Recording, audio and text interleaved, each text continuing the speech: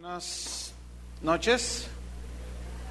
Le invito a que abra su Biblia en Efesios capítulo 4, versículo 1 y 2.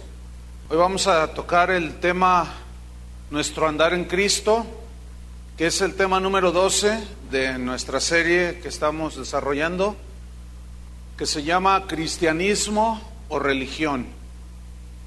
Tema número 12, Nuestro andar en Cristo. Dice así: yo pues, preso en el Señor, os ruego que andéis como es digno de la vocación con que fuisteis llamados, con toda humildad y mansedumbre, soportándoos con paciencia los unos a los otros en amor. Lo que hace Pablo en esta epístola a los Efesios es que nos lleva del conocimiento de la doctrina a la práctica del conocimiento al terreno de los hechos, porque la vida cristiana correcta está basada en la doctrina correcta, en los principios correctos. Entonces lo que hace Pablo es que él nos lleva del conocimiento que adquirimos por escudriñar las Escrituras, como es lo que vamos a hacer hoy, pero él nos lleva al otro lado de la vivencia, o sea, conocimiento y vivencia. En esto consiste el cristianismo, porque el cristianismo verdadero está basado en la sana doctrina. Esto es muy esencial para poder vivir un cristianismo pues lo más correcto posible. Los que dejan a un lado la sana doctrina, o sea, que no les interesa la doctrina, puras emociones y ese tipo de cosas, mensajes que no están en la Biblia. Entonces, los que dejan a un lado la sana doctrina, como consecuencia también dejan a un lado la vida cristiana saludable. Es obvio, ¿no? Si no hay conocimiento, si no hay doctrina cristiana, ¿cómo va a haber conducta cristiana? En 1 Timoteo capítulo 6, versículo 3, San Pablo establece este principio. 1 Timoteo 6, 3 al 5, y dice así: si alguno enseña otra cosa y no se conforma a las sanas palabras, ahí está sana doctrina, de nuestro Señor Jesucristo, es decir, a lo que Cristo enseñó, y a la doctrina que es conforme a la piedad, si alguno no se conforma con esto, dice, está envanecido, enorgullecido, nada sabe, y delira acerca de cuestiones y contiendas de palabras, de las cuales nacen envidias, pleitos, blasfemias, malas sospechas, disputas necias de hombres corruptos de entendimiento y privados de la verdad, que toman la piedad como fuente de ganancia. Apártate de los tales. Es así como vemos que hoy muchos maestros de la Biblia, o falsos maestros, o muchos predicadores hablan de sus propios temas, hablan de sus grandes visiones y sus grandes revelaciones, y no hablan de Cristo, y mucho menos de la vida cristiana. Pablo el apóstol era diferente. Él era un verdadero apóstol. Por eso en Efesios 4:1, que son los textos que tomamos, dice: yo pues, preso en el Señor. ¿Qué significa esto? Yo soy preso en el Señor. Lo que Pablo está diciendo es lo siguiente: que toda su motivación, todas sus normas de conducta, sus objetivos, su visión, todo lo que él pensaba, todo lo que él decía, todo lo que él hacía, todo, absolutamente todo, se relacionaba con Jesucristo. Él no tenía otro tema. Él era prisionero de Jesucristo. Sus temas centrales fueron, por lo tanto, Jesucristo en primera instancia, y en segunda instancia, la vida cristiana. Esos fueron sus temas centrales. En 1 Corintios capítulo 2, versículo 1, ahí nos habla cómo el tema central de Pablo era Cristo, y este debe ser el tema central de todo predicador. Y usted, cuando vaya a cualquier iglesia o escuche a un orador, tiene que hablar de Cristo o de la vida cristiana, de la doctrina cristiana. Si no está envanecido, nada sabe, está loco ese. Así de simple. 1 Corintios 2:1 dice así: así que, hermanos, Cuando fui a vosotros para anunciaros el testimonio de Dios, ahí está el testimonio, el mensaje de Dios, no fui con excelencia de palabras o de sabiduría. Fíjate el versículo 2, pues me propuse no saber entre vosotros cosa alguna, sino a Jesucristo y a este crucificado. Ese era el tema central de San Pablo, Jesucristo. Pero también era la vida cristiana. Él oraba para que todos conociéramos a Cristo, que tuviésemos un conocimiento de Cristo. Pero ese conocimiento se tiene que traducir en la vida cotidiana. Y de eso consiste el cristianismo. El cristianismo no son rituales. El cristianismo no son ceremonias, ni mucho menos. El cristianismo es un conocimiento de Cristo y luego ese conocimiento se aplica en la vida cristiana. Por eso dice en Efesios 4:1, volviendo allí, yo pues preso en el Señor, dice, os ruego que andéis. Les ruego que andéis. Y aquí la palabra clave es andar. Y andar viene del griego peripateo, que significa andar alrededor de algo. En este caso, que andéis como es digno de la vocación que fuisteis llamados, en otras palabras, que andéis como hijos de Dios. Peripateo, que significa andar alrededor de, enfatiza, esto dice el diccionario, enfatiza la conducta cristiana cotidiana.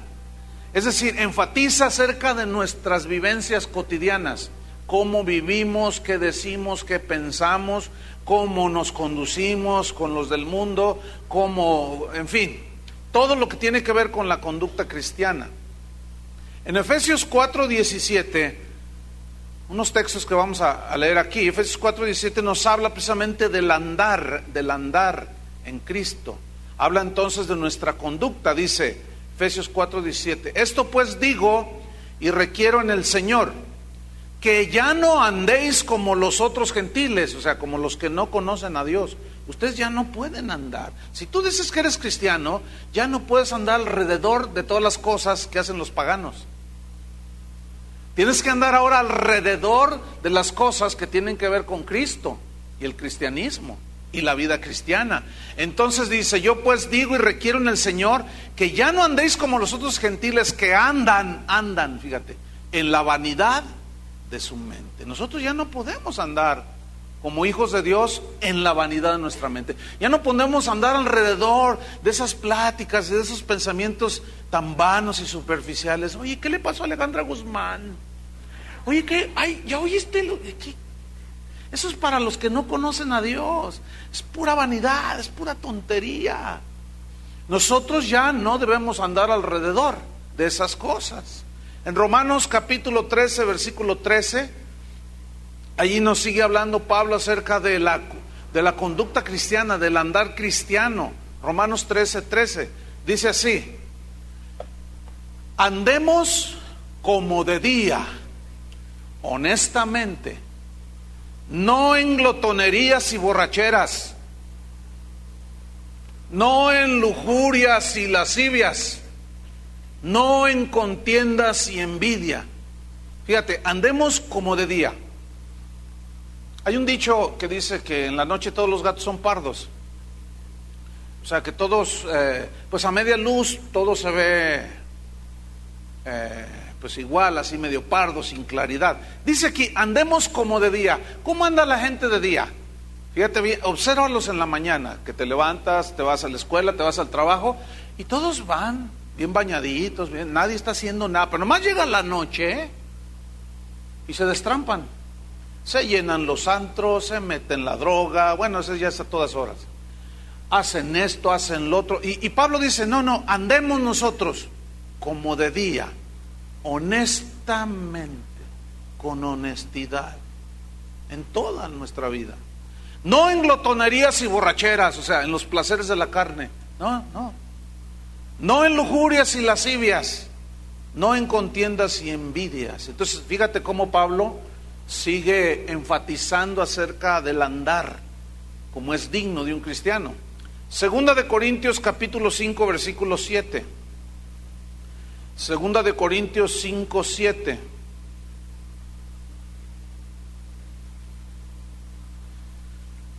Dice Pablo aquí algo muy interesante, dice, porque por fe andamos, no por vista. ¿Se acuerdan cómo anduvo Abraham? Por la fe. ¿Qué hizo Moisés? Por la fe. O sea, su creer en Dios se tradujo en acciones, fe en acción. Y las acciones de un cristiano se deben de traducir alrededor de lo que se considera para un cristiano el centro de su vida, que es Jesucristo, y que es la vida cristiana. Entonces Pablo dice aquí, nosotros andamos por fe, no por vista. La vista es del mundo natural, del mundo sensual, sensitivo. Y la fe no, la fe es espiritual. Entonces nosotros vamos a andar, vamos a caminar en este mundo con fe, porque por fe andamos. Es decir, nosotros caminamos poniendo nuestra fe en el Señor, pero nuestra vida tiene que demostrar que nosotros somos hijos de Dios. Ese es el asunto con el conocimiento de Cristo, el conocimiento de la palabra y la vivencia. Tenemos que llegar al terreno de los hechos. Otro versículo, Colosenses 4, versículo 5. Colosenses 4, 5. Fíjate todos los consejos que nos da Pablo acerca del andar digno. Dice así, Colosenses 4, 5. Andad sabiamente para con los de afuera. ¿Quiénes son los de afuera? Los que no son cristianos. Mira, cuando hagas negocios con ellos tienes que andar sabiamente, son bien tranzas. Ya el cómo sería que tú también lo fueras, ¿no? Entonces tú eres igual que ellos. Y allí pues ya anda como tú quieres. Pero dice, andad sabiamente para con los de afuera. Cuando hagas un negocio, papelito, hermano, no te confíes. Ellos piensan que los cristianos somos tontos y a veces tienen razón. Eso es lo que más me molesta, porque confundimos muchas cosas. No, aquí la Biblia dice que debemos de andar como sabiamente. A ver, háganle todos así, sabiamente para con los de afuera. No te metas con el hombre enojón, con la mujer rencillosa, por ejemplo. En fin, toda la vida estamos nosotros tratando con gente, los de afuera. ¿Qué dice la Biblia? Andad con ellos sabiamente. Si te invitan a comer, te van a empezar a presionar. Oye, un tequila, ¿no? ¿Qué vas a hacer? Si eres de los que tienen miedo y por congeniar con ellos, te tomas toda la botella. Luego al rato le hablas de Cristo y te va a decir, ¿qué? Sí, es que Cristo te saca de los vicios. ¿Qué? Entonces ahí es donde a mí me preocupa y Pablo está enfatizando sobre el andar digno. Si tú eres cristiano, debes de andar de una manera digna. Es decir, ocupándote en las cosas y en la vida cotidiana que le competen a un cristiano. Segunda de Juan, capítulo 1, versículo 4. Mira ese versículo interesante. Juan el apóstol que escribió esta carta estaba contento. Vamos a ver por qué estaba contento. Segunda de Juan 1, 4. Dice así: mucho me regocijé, dice, porque he hallado a algunos de tus hijos, a quien le estaba dirigiendo la carta, he hallado a algunos de tus hijos andando en la verdad, conforme al mandamiento que recibimos del Padre. Qué contento se puso Juan, porque los hijos de Gallo, a quien le había escrito esta carta, andaban en la verdad, o sea, caminaban en Cristo. Y Pablo lo vio, Juan lo vio, lo notó y dijo, no, qué alegría saber que tus hijos están caminando, andando como es digno de un cristiano, caminando en la verdad del Evangelio. Y a mí también me da mucho gusto el ver a mucha gente alrededor del mundo que está buscando la verdad, que ama a Jesucristo, pero también que dan testimonio con su vida. Eso es muy importante. Ese es el otro lado de la moneda. Segunda de Corintios 4:2. Ahora Pablo da un testimonio personal de su andar digno como ministro, como apóstol. 2 Corintios 4:2 dice así: antes bien, renunciamos a lo oculto y vergonzoso. O sea, Pablo no se metía con cosas raras, ocultas y vergonzosas. La Biblia dice, Pablo lo escribió: todo me es lícito, pero no todo me conviene. Todo me es lícito hacer. Hay algunas cosas que son lícitas hacer, pero a veces no son convenientes. Y ahí es donde entra la sabiduría para andar con los de afuera. Pero fíjate lo que dice aquí entonces: renunciamos a lo oculto y vergonzoso, no andando con astucia o con engaños, significa aquí, no. Fíjate, este es un verdadero apóstol. Dice, ni adulterando la palabra de Dios, decía Pablo. O sea, yo no soy un apóstol que adultera la palabra de Dios. ¿Por qué lo dijo? Porque había ya desde su tiempo, había muchos supuestos apóstoles que adulteraban la palabra de Dios.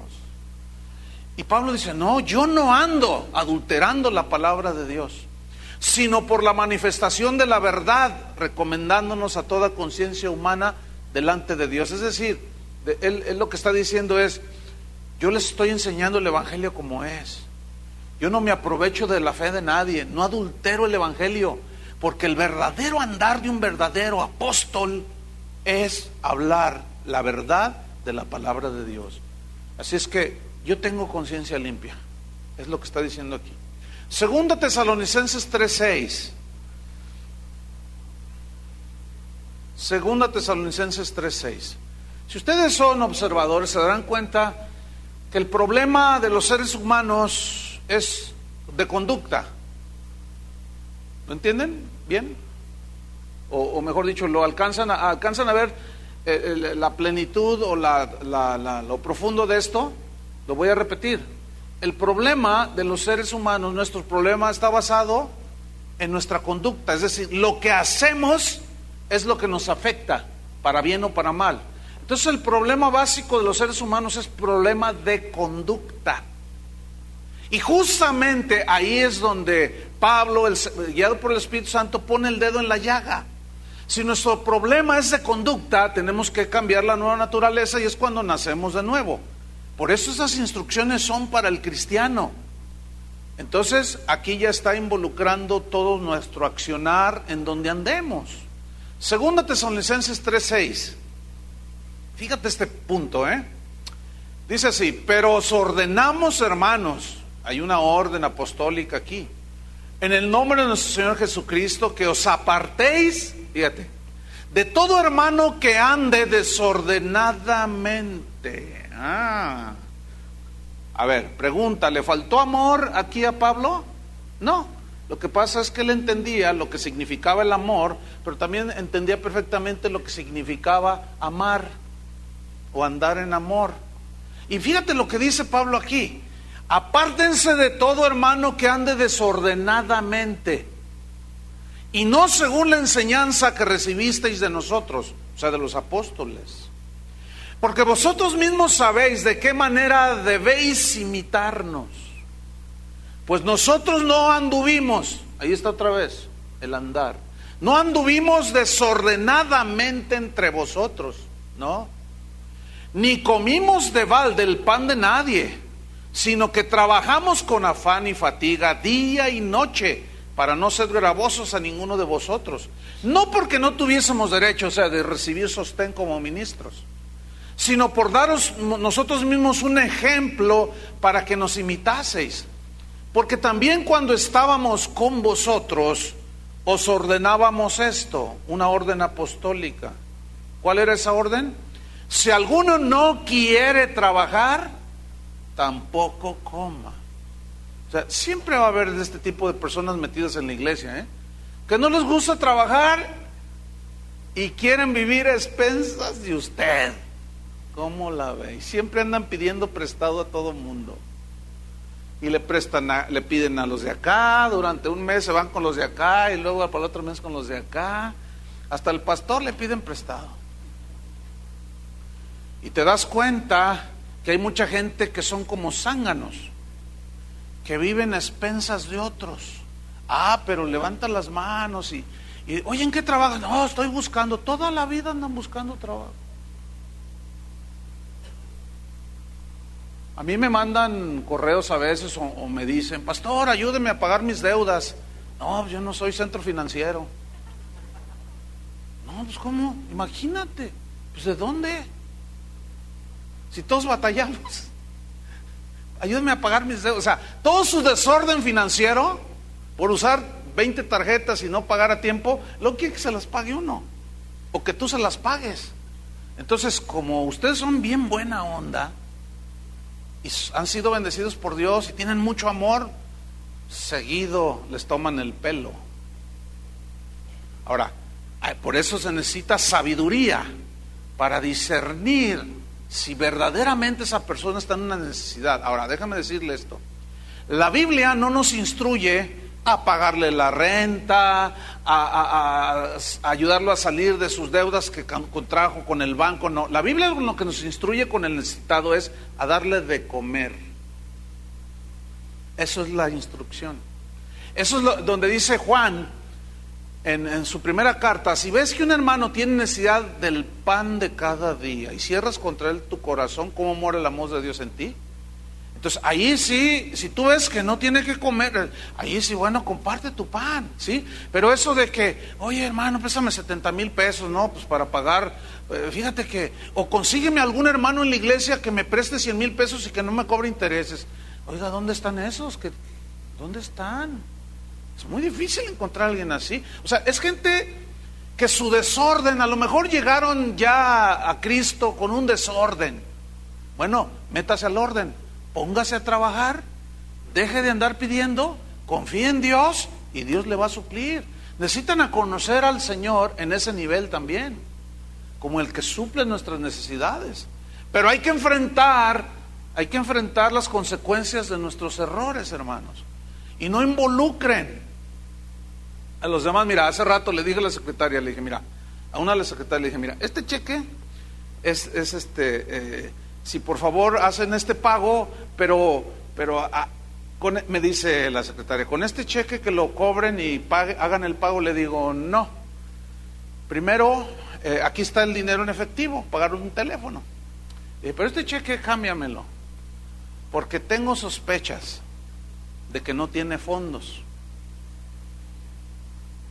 Porque, bueno, a veces uno, cuando son cantidades así, pues que no son así muy, digamos, importantes, bueno, si tú tienes y quieres, bueno, se lo prestas, ¿no? Pero yo le dije a la secretaria, ¿sabes qué? Me temo que me tomaron el pelo, pero no importa, yo el bien ya lo hice, que había una necesidad ahí, pero yo tengo muchas dudas de esta persona, pero en fin. Entonces estamos hablando de los que no quieren trabajar, ¿qué? Pues tampoco coman. Esa es una orden, no es que si quieres o no. Pues ordenamos, dice. Sigo leyendo, versículo 11. Porque oímos que algunos de entre vosotros andan desordenadamente. Fíjate, hasta parece casa de oración. No, pero es la iglesia de los tesalonicenses. No, lo que pasa es que en todas las iglesias siempre hay gente que anda desordenadamente. Entonces dice, oímos que algunos entre vosotros andan desordenadamente, no trabajando en nada. Pues es que la crisis, hermano, la crisis, y toda su vida están en crisis. Sino entremetiéndose en lo ajeno, a los tales mandamos, ahí está el mandato apostólico, y exhortamos por nuestro Señor Jesucristo que trabajando sosegadamente coman su propio pan. Así es que a trabajar, pero la crisis, pastor, yo sé que hay una escasez de trabajo, pero ¿y dónde está la fe? Diría yo. Usen su fe, confíen en Dios, que Dios les va a suplir. ¿Cuántos no tienen trabajo? A ver, levanten su mano. No, todos tienen, ¿verdad? No, sí, son muy listos. Todos tienen trabajo. Qué bueno, gloria a Dios. Nadie levantó la mano. En medio de la escasez, bueno, se ve la provisión de Dios, ¿o no? Bueno, volvamos al Efesios 4:1. Dice, yo pues preso en el Señor os ruego que andéis, ahí está el andar, como es digno de la vocación con que fuisteis llamados. Aquí la frase clave es andar como es digno, digno.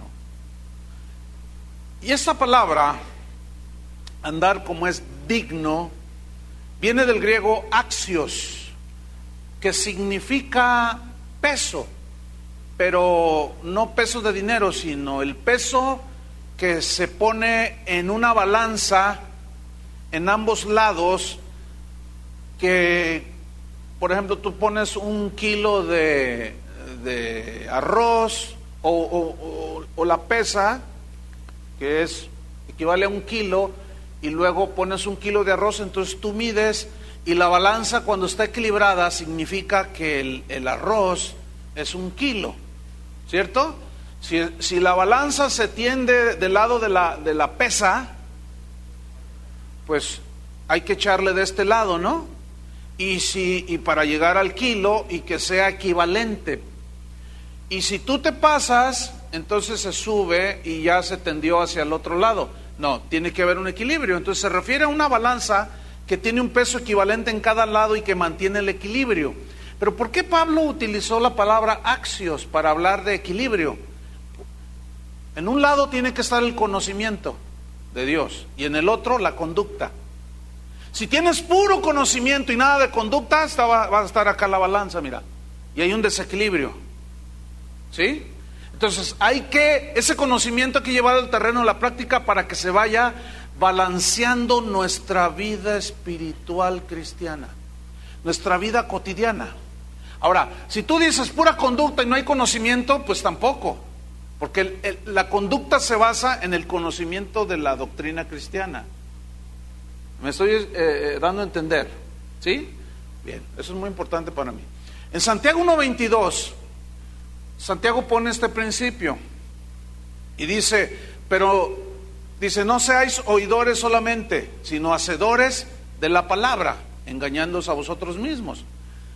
Eso dice Santiago 1:22, pero no solamente ser oidores, sino hacedores de la palabra. Ahí está, oidores, pero hacedores.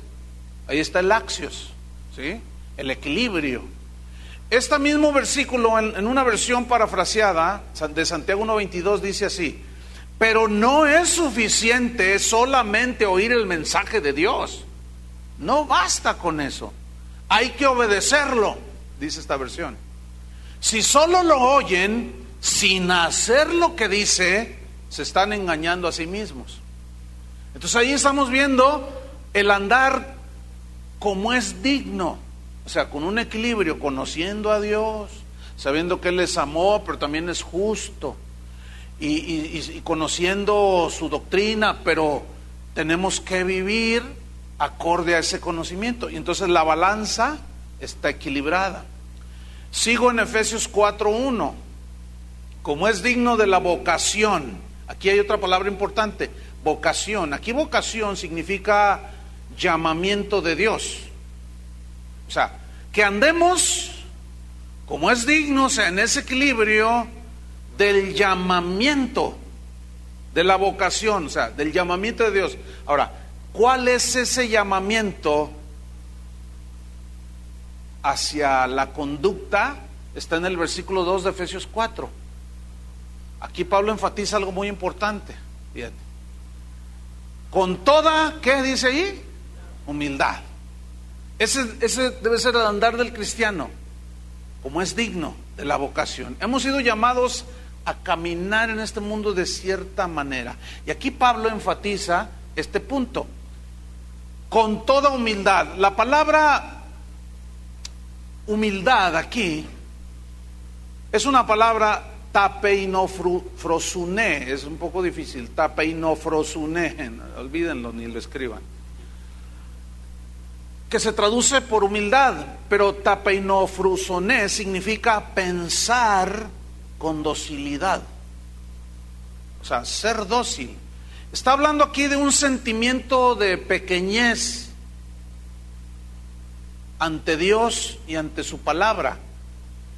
Esta palabra que se tradujo humildad, que debemos de andar delante de Dios, es un estado interno del corazón, una actitud hacia Dios de humildad. No tiene que ver nada con la pobreza material, la humildad, no tiene nada que ver. Está hablando de una docilidad, una actitud, un pensar dócil hacia Dios. Cuando Él habla, el cristiano obedece y por lo tanto se traduce en su conducta. En Isaías 66, versículo 2, ahí nos da un ejemplo de cómo Dios se agrada del que camina con toda humildad, como es digno de un cristiano delante de Dios. Isaías 66, versículo 2 dice así, el Señor está hablando: mi mano, dice, hizo todas estas cosas, y así todas estas cosas fueron, dice Jehová. Fíjate lo que sigue: pero miraré a aquel que es pobre y humilde de espíritu y que tiembla a mi palabra. ¿Qué significa? Que tiene temor de Dios. Pero yo voy a mirar a aquel que tiene una docilidad cuando yo hablo, que no discute conmigo mis mandamientos, sino que los obedece. Ese andar, hermanos, es del que Pablo está enfatizando aquí, como es digno, dice, conforme a la vocación que fuimos llamados, al llamado de Dios, para andar con humildad. Los romanos, los griegos, no usaban en su vocabulario cotidiano nada que hablar acerca de la humildad. Esos conceptos no los manejaban ellos, ni los romanos ni los griegos. Al contrario, ellos usaban términos que exaltaban el orgullo, que exaltaban el yo, exactamente como el día de hoy, que se escucha en el mundo y que ya penetró la iglesia. Cosas como: eres un campeón, eres un exitoso triunfador, no te conformes con lo que eres ni con lo que tienes, tú puedes, sí se pudo, nos vamos al mundial. No, ellos no usaban ellos, ni siquiera los filósofos, no enseñaban de esto. Al contrario, todo era apelando al orgullo de la gente. Pues ese es el rasgo del caminar de los que no conocen a Dios. Entonces la humildad debe ser un rasgo y una virtud fundamental en la vida de cada cristiano. Fíjate en Filipenses 2, versículo 5. Aquí está el ejemplo máximo de humildad y nosotros podemos aprender de quién creen, de nuestro Señor Jesucristo. Y por eso nos decimos cristianos. Analicemos Filipenses 2, versículo 5 en adelante. Dice así: haya pues en vosotros aquí son los cristianos, haya pues en vosotros este sentir que hubo también en Cristo Jesús. Ahora, ¿cuál fue el sentir o la conducta que hubo en Cristo? Seguimos leyendo, versículo 6. El cual, siendo en forma de Dios, no estimó el ser igual a Dios, como cosa que aferrarse. O sea, no, yo soy Dios, ¿por qué tengo que hacer eso? O sea, no estimó el ser igual a Dios como cosa que aferrarse. Fíjate el 7. Sino que se despojó a sí mismo, tomando forma de siervo, hecho semejante a los hombres. Se está hablando de su encarnación. Y se humilló al hacerse como tú y como yo, un ser humano. Versículo 8. Y estando en la condición de hombre, mira, esta frase que viene a continuación, a mí cuando yo estaba estudiando esto, me pegó bien fuerte, la verdad, en este sentido. Y estando en la condición de hombre, se humilló a sí mismo. Ese es el sentir que debe tener el cristiano. O sea, el cristiano se humilla a sí mismo. Pero soy hijo del rey y yo merezco. ¿Tú mereces qué? Eso es una actitud orgullosa, hermano. Eso es que somos hijos del rey y que vamos y que nos... Cálmate, Juan Camaney. Ese no es un andar ni una actitud humilde delante de Dios. ¿Verdad que no? Eso de reclámale a Dios su promesa, dile aquí tú dices y me lo haces ya. Eso no es una actitud humilde delante de Dios, ni dócil, es una actitud irrespetuosa. y te va a dar una disciplina el Señor por malcriado. Así no debemos de dirigirnos a Dios, hermanos. ¿Cómo que reclámale? No. Pero a mí me impacta esta frase: se humilló a sí mismo. A sí mismo. O sea, Él decidió humillarse porque era humilde. Ahora, ¿en qué consistió en esto? Fíjate, la humillación a sí mismo. Haciéndose obediente hasta la muerte. Y muerte de cruz. Es decir, Él se humilló al obedecer la voluntad del Padre. Por eso la palabra humildad significa una mente dócil, un pensar dócil, un caminar dócil ante Dios y su palabra. Porque Él mira al que tiembla ante su palabra, o sea, al que respeta y tiene temor de Dios y atiende los mandamientos. Entonces camina como un verdadero hijo de Dios. Anda alrededor de las cosas que le competen a un cristiano y camina como es digno de la vocación, con toda humildad. Entonces aquí, fíjate, aquí está el punto: se humilló a sí mismo. ¿Qué tenemos que hacer tú y yo? Porque dice, haya en vosotros este mismo sentir que hubo en Cristo Jesús. Fíjate bien, yo, o sea, en lo personal, yo tengo que decidir ser dócil. O sea, yo tengo que hacerme obediente, decidir ser obediente. Cuando yo digo, yo voy a obedecer su palabra aunque me duela, aunque me cueste, yo voy a obedecer. Entonces, cuando un cristiano toma esa decisión de humillarse a sí mismo, opera la gracia de Dios y es la que nos sostiene.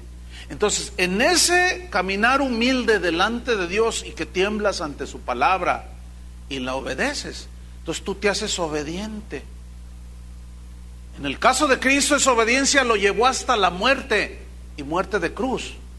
Y Pablo le dijo a Timoteo: si alguno quiere vivir piadosamente en Cristo, sufrirá ¿qué?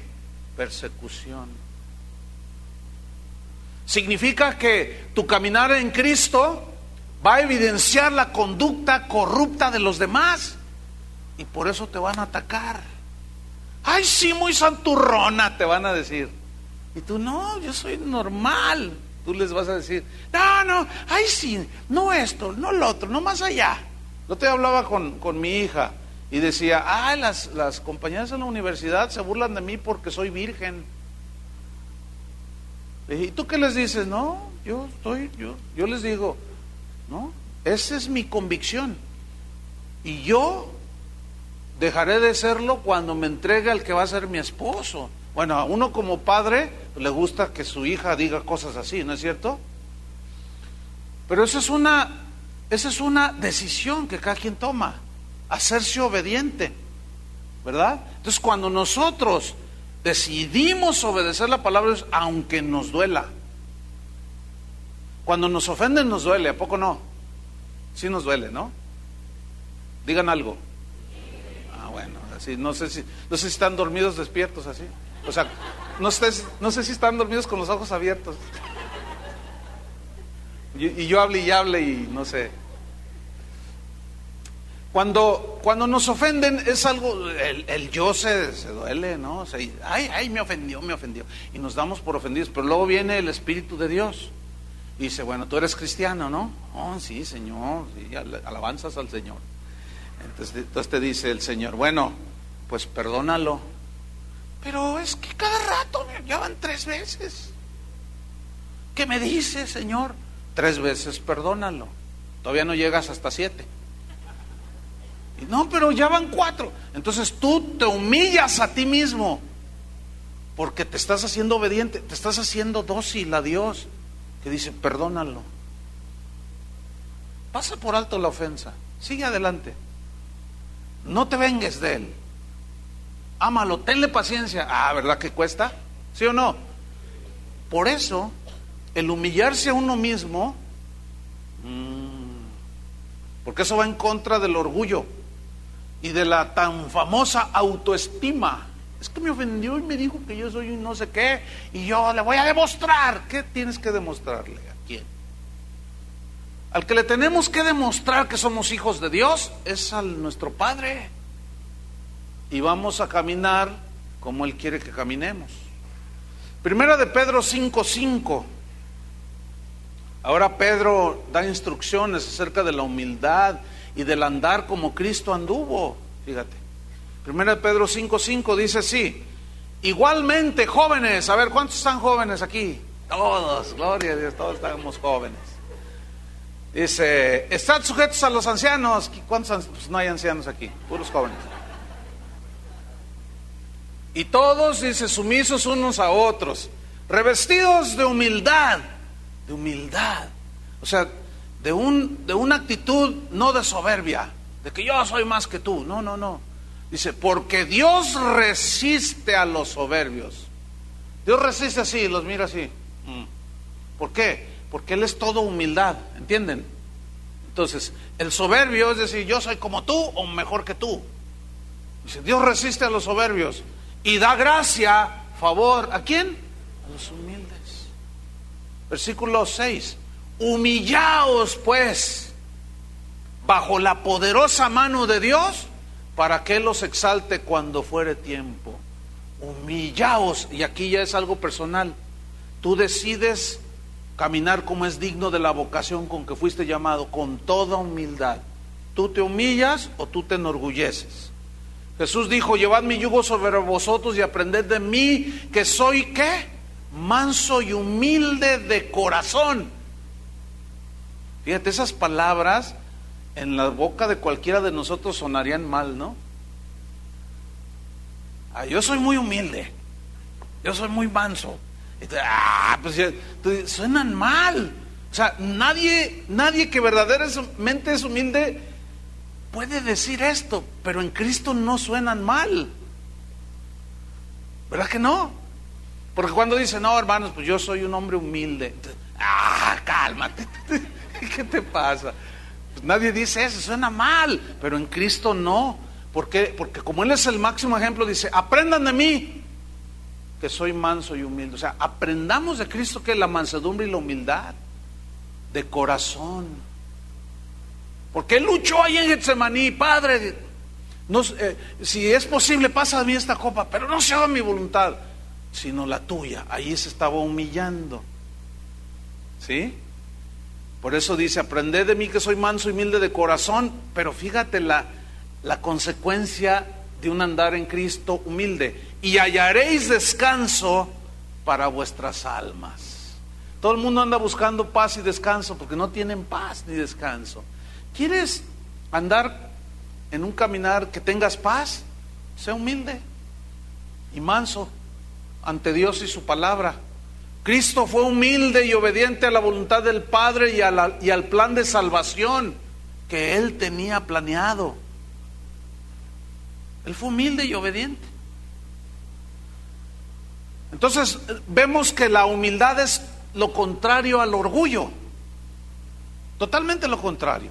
Mira, vamos a Isaías 14, versículo 12. Y vamos a ver aquí de un querubín muy hermoso. Dice la Biblia que era muy hermoso este querubín. Isaías 14, 12.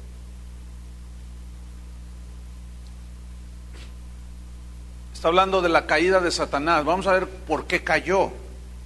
Dice, ¿cómo caíste del cielo, oh lucero, hijo de la mañana? Cortado fuiste por tierra, tú que debilitabas a las naciones. Tú que decías en tu corazón, fíjate, tú que decías en tu corazón, subiré al cielo. O sea, no desea así abiertamente, sino en su corazón. Subiré al cielo en lo alto. ¿Quién está en lo alto? Dios. Junto a las estrellas de Dios levantaré mi trono. Uy. Y en el monte del testimonio me sentaré a los lados del norte. Sobre las alturas de las nubes subiré. Fíjense cómo es yo. Y seré, ¿qué? Semejante al Altísimo. O sea, y seré igual al Altísimo. Fíjate el 15. Mas tú eres derribado, hasta el Seol, a los lados del abismo. Fíjate, Satanás quiso ser semejante a Dios, ponerse en el trono de Dios, hacerse igual a Dios, porque él creyó que porque era bonito y cantaba bonito y tenía mucha música e instrumentos, ya él, y veía que todos los ángeles en los cielos seguían sus instrucciones, porque él era como el director de la alabanza allá en el cielo, y miraba que era el más hermoso de todos los ángeles, y se miraba en el espejo y decía, uy, uy, uy, ¿verdad? La verdad, pues yo no estoy tan mal. Dios, pues sí, Dios está hermoso, pero fíjate qué ridículo es cuando un cristiano se enorgullece. Es lo más ridículo que le pueda pasar a un cristiano, que se enorgullezca. Fíjate, hay cristianos que se enorgullecen porque hablan en lenguas. Yo hablo en lenguas. ¿Tú no hablas en lenguas? Y él dice, no, a mí yo no puedo. Lo que pasa es que te falta orar. Lo que te dice, cálmate. ¿Qué es eso? Es un don que Dios te dio. Tú no tuviste que ver absolutamente nada. Otros se enorgullecen porque lloro por los enfermos. A ver, ora por esto, sánalo. Y otros, no, pues no. Yo por más que se me mueren. No, y luego empieza, habías de hacerle como yo. Habías de hacerle como ¿qué? ¿Como tú? Cálmate, Lucero. Cálmate, Lucero. No, al rato todo es un despliegue de soberbia. Yo hice mi visión, mi quién sabe cuál, mi no sé qué. Vas para abajo. Fíjate lo que dice ahí en Proverbios 11:2. Vas para abajo en ese momento. Proverbios 11:2. Mi negocio está así porque ¿tú? ¿O la gracia de Dios?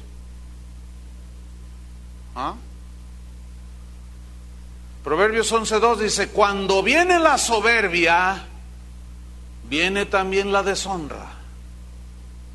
O sea, la honra que Dios le quiere dar a sus hijos se puede convertir en deshonra cuando tú te enorgulleces. Otros se enorgullecen porque predican, otros porque cantan. Hágame usted favor, qué sentimiento tan más negativo y tan más ridículo. Un cristiano orgulloso porque Dios lo usa. Ridículo, hermanos. El orgullo es el pecado de resistir a Dios, es el pecado de competir con Dios. Es el pecado de competir con su palabra. Pero la humildad es la virtud de someterse a Dios y a su palabra. Jesús dijo en Mateo 5:3, bienaventurados los pobres en espíritu, porque de ellos es el reino de los cielos. Significa pobreza de espíritu, significa los que reconocen que necesitan a Dios, que no son autosuficientes, sino que siempre dependen de Dios. A veces cuando dice cosas como esta, pues ora a ver si es la voluntad de Dios que te cambies de casa a donde tú quieres. Ay, pero ¿por qué exageran? Hasta para cambiarme de casa tengo que orar si es la voluntad de Dios. ¿Y qué si Dios te quiere tener en ese barrio donde vives? Esa es una soberbia, ¿no es cierto? Es una actitud soberbia de decir, no, pues yo me voy a donde me dé mi gana, pero ¿qué si Dios te quiere acá? ¿Y tu gana o tu voluntad te quiere llevar acá? Ahí ya estás peleando, el orgullo peleando con la humildad. Ahí está el orgullo, el pecado del orgullo resistiendo y compitiendo con Dios. No haciendo caso de Dios ni del. La Biblia dice que los hijos de Dios somos guiados, ¿por qué? Por el Espíritu Santo, por el Espíritu de Dios. Y ese es tan detallista, hermano, en los mínimos detalles. No sé si le sucede, pero a mí me ha pasado. Y no alego con Dios, procuro no hacerlo. Pero a veces voy conduciendo y me dice, vete por aquí. Y yo, no, es mejor por acá. Dale la vuelta y vete por aquí. Hermanos, de verdad. Simplemente le doy la vuelta, no alego. ¿Por qué? Le voy a decir por qué no alego. Porque si él me dijo, dale la vuelta por aquí, él sabe por qué. Lo que no sé yo es de qué me libró o qué iba a pasar. Y simplemente me dijo, dale la vuelta por aquí y me meto por ahí, aunque sea más largo el camino. Ahora yo no ando por aquí, por acá, por allá. No, tampoco nos vamos a hacer como a medio fanatizar. No. Tú vives la vida cotidiana, natural, cristiana, pero como tenemos se entiende que el cristiano tiene una comunión con Dios, Él nos va guiando, ¿sí o no? Nos va guiando. El orgullo es la raíz de todo pecado, porque el orgullo es querer ser igual a Dios. Y Satanás sembró su orgullo en Eva cuando le dijo, ¿con qué Dios os ha dicho que no comáis? Porque si comes, Él sabe que te haces como Él, sabio, y todo lo vas a saber. Y Satanás le dice, seréis como Dios, seréis igual a Dios. Fíjate, lo que Él quiso hacer, se lo quiso infundir a Eva. Seréis semejante a Dios, seréis como Dios. Y la humildad, fíjate, por un lado el orgullo es querer ser igual a Dios. Y la humildad es querer ser como Cristo en su carácter. Es diferente. Otra vez, el orgullo es querer ser igual a Dios. Te pones al nivel de Dios, subiré a lo alto, seré semejante. Yo me gobierno a mí mismo, nadie me tiene que decir nada. Ese es el orgullo. Pero la humildad es querer ser como Cristo en su carácter. ¿Y cómo era Cristo? Pues humilde y sometido a la voluntad de Dios. Porque el orgullo no reconoce ni acepta que hemos pecado. ¿Verdad que no acepta? Dice, no, el culpable fue el otro, siempre el otro. ¿Se acuerdan de Adán y Eva? Echaron la culpa a la serpiente, a todo el mundo le echaron la culpa. La humildad te permite ver tal como eres. Por eso el andar de un cristiano debe ser en humildad, porque el orgullo no nos permite aceptar que hemos fallado. Pero la humildad te permite verte tal como eres. Isaías 6:1 dice allí lo siguiente: en el año que murió el rey Uzías, vi yo al Señor sentado sobre un trono alto y sublime, y sus faldas llenaban el templo. Por encima de él había serafines. Mira qué visión, ¿eh? Cada uno tenía 6 alas, con 2 cubrían sus rostros, con 2 cubrían sus pies y con 2 volaban. Estaban muy extraños esos ángeles. Serafines, versículo número 3. Y el uno al otro daba voces diciendo, santo, santo, santo. ¿Cuántas veces le dijo santo, santo? 3. ¿Cuántas veces dice la Biblia dice que nosotros somos santos? ¿Cuántas veces? Nomás una. Y él 3, porque él es santo.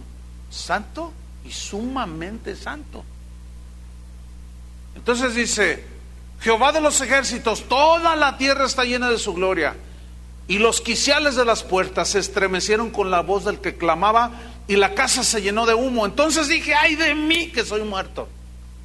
Fíjate la humildad del profeta, ¿eh? Y este era un profeta de veras, ¿eh?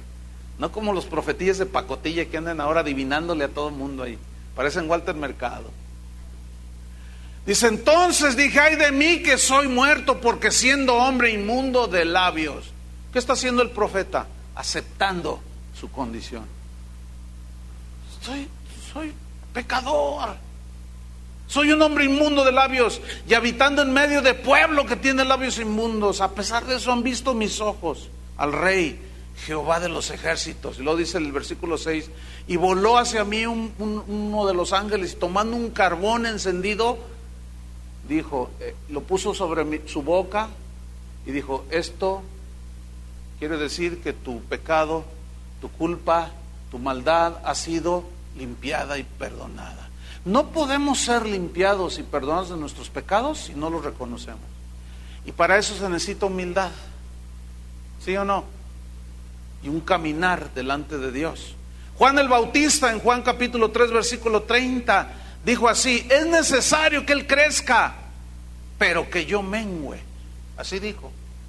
Porque le preguntaron, oye, tú eres el que había de venir, el Cristo. Dijo, no, yo no soy, tranquilos, porque lo empezaban como a mirar de más. Tú eres aquel que, no, yo solamente soy una voz que clama en el desierto. Fíjate lo que dijo, una voz, no dijo soy la voz, dijo soy una, o sea que había otras. Y hoy cuando presentan a los grandes siervos del cristianismo dicen, con ustedes el apóstol, dicen el apóstol, como si no hubiera más. Dicen el apóstol, cuando dicen el apóstol, quiere decir que nomás hay uno. Fíjate los títulos que se cargan, Con ustedes el profeta de Dios. Lo correcto sería, con ustedes un apóstol de Dios, ¿sí o no? Pero no, hombre, nos gustan los títulos. Que nos digan el apóstol, que nos digan el... Puro orgullo. Y nos estamos poniendo igual a Dios. Pero ¿qué dijo Juan el Bautista? ¿Tú eres aquel que debe venir? No, yo no soy. No. Viene uno detrás de mí que yo no soy digno ni siquiera de desatar las sandalias de sus pies. No, dice, ese es de quien yo les vengo hablando. Es necesario que Él crezca y que yo mengüe. El que de arriba viene, dice, sobre todos. El que es de la tierra es terrenal. O sea, Él dice, yo soy ese. Yo no soy ningún iluminado. Yo nada más vengo a proclamar que va a venir el Mesías. Ay, dice, el que es de la tierra es terrenal y cosas terrenales habla. Y el que viene del cielo es sobre todos. ¿De quién estaba hablando? De Cristo. ¡Qué humildad de hombre! ¿Lo alcanzan a ver? Yo no soy, yo soy solamente una voz. Vámonos sobre el final. Estamos en Efesios 4:2. Dice, con toda humildad, como es digno, y además, ¿qué? Mansedumbre. Humildad y mansedumbre. Estoy en Efesios 4:2. Andando como es digno de la vocación con que fuisteis llamados, con toda humildad y mansedumbre. Aquí la palabra mansedumbre viene del griego protes o protes, y significa literalmente espíritu controlado. Este término se usaba para referirse a los animales entrenados, a los que eran domesticados, a los que el jinete, cuando se montaba en él, comenzaba a domarlo poco a poco, y después ya esa bestia salvaje era totalmente controlada, ¿sí?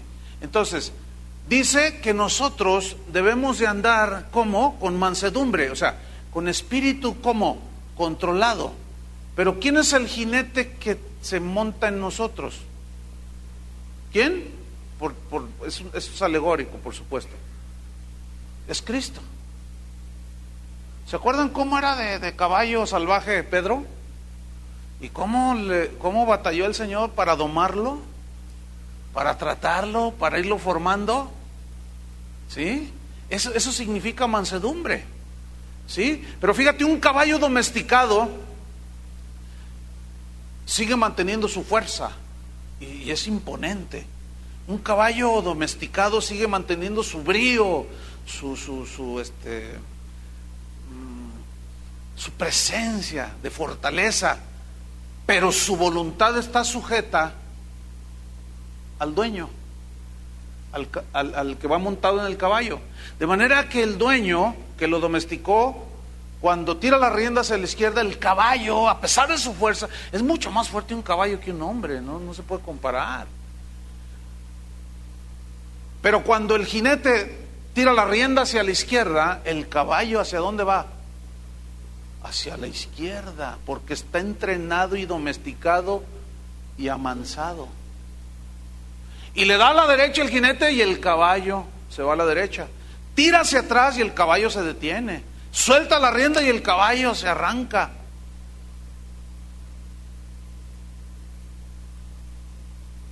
Nosotros tenemos que ser como caballos domesticados. Que cuando el Señor dice a la izquierda, ¿a dónde? Cuando dice a la derecha, cuando dice detente, cuando te dice adelante, así. Eso significa mansedumbre. ¿Se acuerdan cómo Dios tuvo que domar a su caballo real llamado Moisés? Ese era un caballazo. Ese era un caballo blanco de pura sangre, majestuoso, tremendo, hijo de la hija del faraón. Uy, con renombre y todo. Y el Señor se lo llevó al desierto 40 años para domarlo. Cuando Dios le dijo, tú vas a ser libertador de mi pueblo, van a ver, ya tengo el llamado. Entonces vaya que un egipcio está maltratando a un judío, déjalo, ¿qué? ¿Tú qué? Serás muy hijo.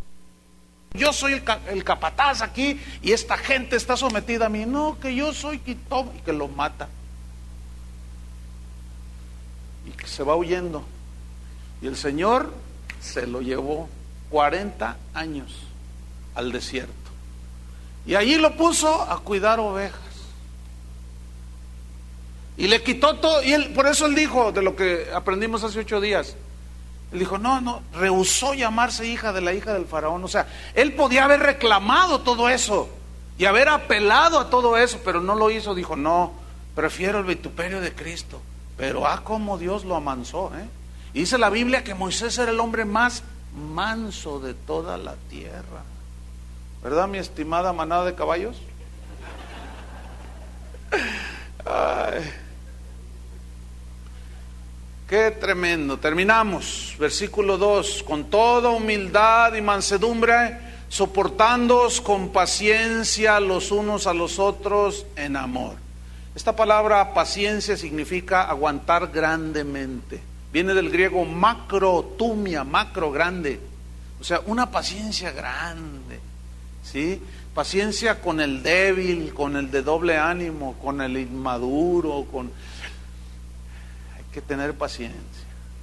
Con tu esposa, con tu esposo, con tus hijos. Ese es el andar en Cristo, ese es el caminar como es digno.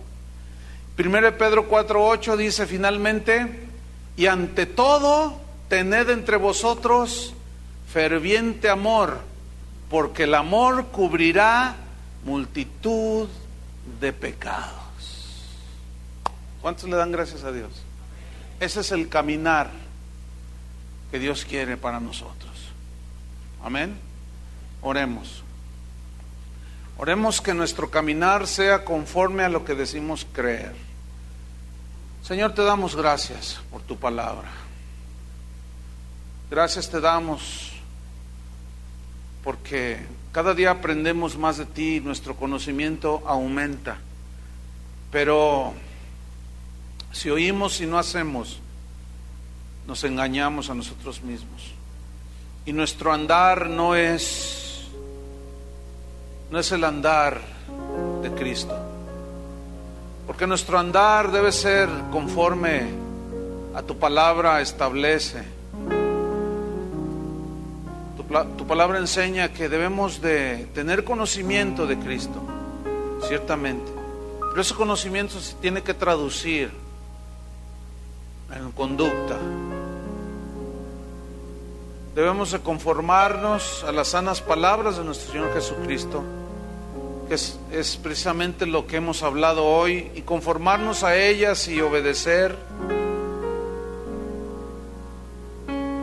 para llegar a ser prisioneros de Jesucristo, para que nuestro tema, nuestra visión, nuestro anhelo siempre sea Cristo y el vivir sea Cristo también, para que podamos andar como es digno de Cristo Jesús, como de día, honestamente, andar por fe, sabiamente, caminando en la verdad, no andando adulterando la palabra de Dios, ni caminando con astucia, no, ni andando desordenadamente, no, sino como es digno de la vocación, en un equilibrio de conocimiento y conducta, conforme a ese llamamiento, con toda humildad, con un pensar dócil respecto de nosotros mismos, con un pensar de un corazón humillado ante ti, Señor, que tiembla tu palabra,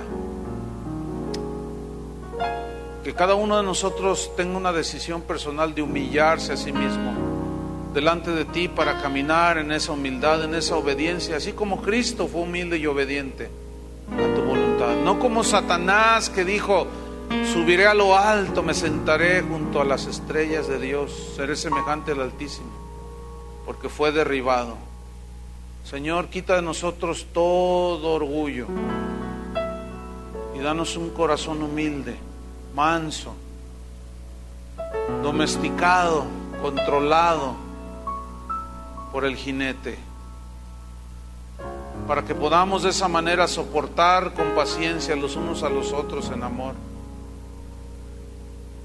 Y entonces vendrá a nuestro alrededor mucha paz, porque nuestro caminar podrá ser difícil, podrá haber tribulaciones, angustias, aún persecuciones, pero en medio de todo eso, tener paz.